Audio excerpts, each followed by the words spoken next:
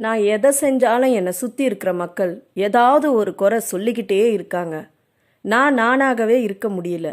யார் பேச்சை கேட்கறது, யார் பேச்சை விடுறதுன்னு எனக்கு ஒரே குழப்பமாக இருக்குது அப்படின்னு வருந்துறீங்களா? இந்த கதையை கேளுங்க, நிச்சயம் உங்களுக்கு ஒரு தெளிவு கிடைக்கும். This video is sponsored by BuyMote eShopping. BuyMote eShopping is one of the online shopping app. ஒரு கிராமத்தில் ஒரு அப்பா, அவருக்கு ஒரு மகன் வாழ்ந்து வந்தாங்க. ஒரு நாள் அவங்க 2 பேரும் தன்னுடைய கிராமத்தை விட்டு வேற ஒரு கிராமத்துக்கு ஒரு வேலையாக பயணம் செய்ய யோசித்து தன்னோட தான் வளர்த்த கழுதையையும் கூட்டிக்கிட்டு கிளம்புறாங்க. அப்போ அந்த அப்பா தான் மகனை அந்த கழுதை மேலே ஏற்றிட்டு தனக்கு தேவையான பொருள்களையும் அந்த கழுதை மேலேயே வச்சுட்டு நடந்து போக ஆரம்பிக்கிறாங்க. இவங்களுடைய பயணமானது பல கிராமங்களும் அதை சுற்றி மலைகளும் குன்றுகளுமா இருந்தது. இப்படியே அவங்க பயணத்தை தொடர்ந்து வரும்போது வழியில் வந்த ஒரு கிராமத்தை அவங்க அடையிற டைமில் அங்கே சூழ்ந்திருந்த மக்கள் இவங்கள பார்க்குறாங்க. பார்த்துட்டு, என்ன இந்த சுட்டு இருக்கும் வெயிலில் அந்த பெரியவர் நடந்து வராரு, ஆனால் இந்த சின்ன பையன் அவன் அழகாக கழுதை மேலே உட்காந்துக்கிட்டு சொகுசாக வரான், என்ன இந்த பையனுக்கு அறிவே இல்லையா, தான் அப்பாவை இப்படி நடக்க வச்சு கூட்டிகிட்டு வரானே அப்படின்னு ஒருத்தருக்கு ஒருத்தர் குறை சொல்ல ஆரம்பிக்கிறாங்க.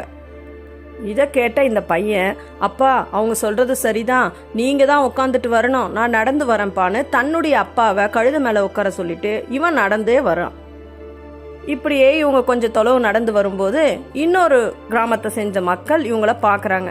அவங்க என்ன சொல்கிறாங்கன்னா, பாரு அந்த சின்ன பையன் இந்த வெயிலில் நடந்து வரான் கஷ்டப்பட்டு, இந்த பெரியவருக்கு என்ன, இவர் நடந்து வரலாம் இல்லையா, அந்த குழந்தைய நடக்க வச்சுட்டு இவர் கழுதை மேலே உட்காந்துக்கிட்டு என்னமா வராருப்பாரு அப்படின்னு திருப்பி குறை சொல்ல ஆரம்பிக்கிறாங்க. இதை கேட்ட இவங்க, ஆமாம் சரிதான், இவங்க சொல்கிறது சரிதான்ட்டு அவருடைய அப்பாவும் இறங்கி 2 பேருமா இப்போ நடந்து அந்த கழுதையை கூட்டிக்கிட்டு தான் பயணத்தை தொடர்றாங்க.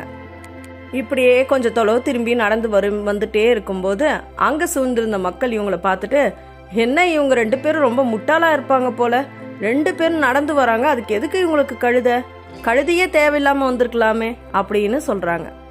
இதை கேட்ட இந்த அப்பாவும் பையனும் திரும்பியும் ஃபீல் பண்ணி, ஆமாம் நம்ம முட்டாள்தனமாக தான் இருக்குமோ, சரி நம்ம 2 பேருமே இப்போ கழுதை மேலே உட்காந்து பயணம் செய்யலாமே அப்படின்னு திரும்பியும் 2 பேரும் அந்த கழுதை மேலே ஏறி உட்காந்துட்டு பயணத்தை தொடர்றாங்க.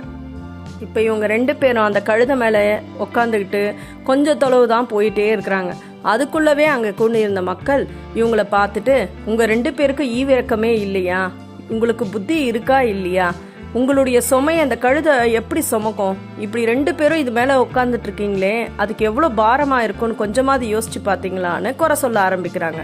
இதை கேட்ட அப்பாவுக்கும் பையனுக்கும் ரொம்பவே கவலையாயிடுது. என்னதான் பண்ணுறது தெரியலையே, நம்ம எது செஞ்சாலும் இந்த மக்கள் ஏதாவது ஒரு குறைய சொல்லிட்டே இருக்காங்களேன்னு வேதனைப்படுற சமயத்தில் அங்கே ஒரு துறவியை பார்க்குறாங்க.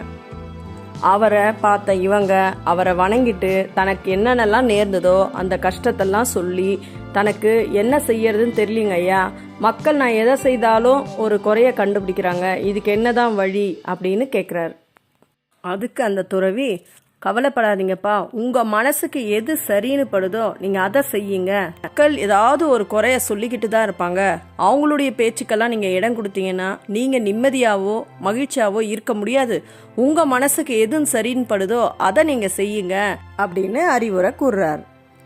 இந்த மாதிரி நம்ம வாழ்க்கையிலையும் நம்ம சுற்றி இருக்கிற உறவுகளும் நண்பர்களும் பல நேரங்களில் நம்மளுக்கு அறிவுரைன்ற பேரில் நிறைய விஷயங்களை சொல்லுவாங்க. அது நம்மளுக்கு நிறைய நேரங்களில் புண்படுத்துகிற வகையிலும் இருக்கும். அதெல்லாம் நினச்சி நம்ம மனசு வருத்தப்பட்டா நமக்கு நிம்மதியே கிடைக்காது. அவங்க பார்வையில் அவங்களுக்கு எது சரின்னு படுதோ அதை தான் நம்மளுக்கு அறிவுரையாக சொல்லுவாங்க. நம்மளுடைய சூழ்நிலையை அவங்க எப்பவுமே யோசிச்சே பார்க்க மாட்டாங்க. அதனால் எப்பவுமே நாம் நமக்கு உண்மையாக இருக்கிறோமான்றதை மட்டும்தான் பார்க்கணும். மற்றவங்க சொல்கிறதுக்கு ஏற்ற மாதிரிலாம் நம்மளை மாற்றிக்கணும்னு முயற்சி பண்ணால் நம்ம யாரையுமே திருப்திப்படுத்த முடியாது. அதனால் அடுத்தவங்களுடைய ஒப்பீனியன் எல்லாம் கேட்டு நம்ம மனசை நம்ம குழப்பிக்கிட்டு நிம்மதி இல்லாமல் இருக்கிறத விட, நம்ம மனசுக்கு நம்ம சூழ்நிலைக்கு எது சரின்னு படுதோ அதை செஞ்சுட்டு நம்ம நிம்மதியாக வாழலான்றத இந்த கதையின் மூலமாக நம்ம புரிஞ்சுக்கலாம். இப்போ தான் நம்ம வீடியோவை முதல் முறையாக பார்க்குறீங்கன்னா சப்ஸ்கிரைப் பண்ணிக்கோங்க. தேவைப்படுறவங்களுக்கு இந்த வீடியோவை ஷேர் பண்ணுங்கள். பிடிச்சிருந்தால் மட்டும் லைக் பண்ணுங்கள். மீண்டும் உங்களை அடுத்த பதிவில் சந்திக்கிறேன். நன்றி, வணக்கம்.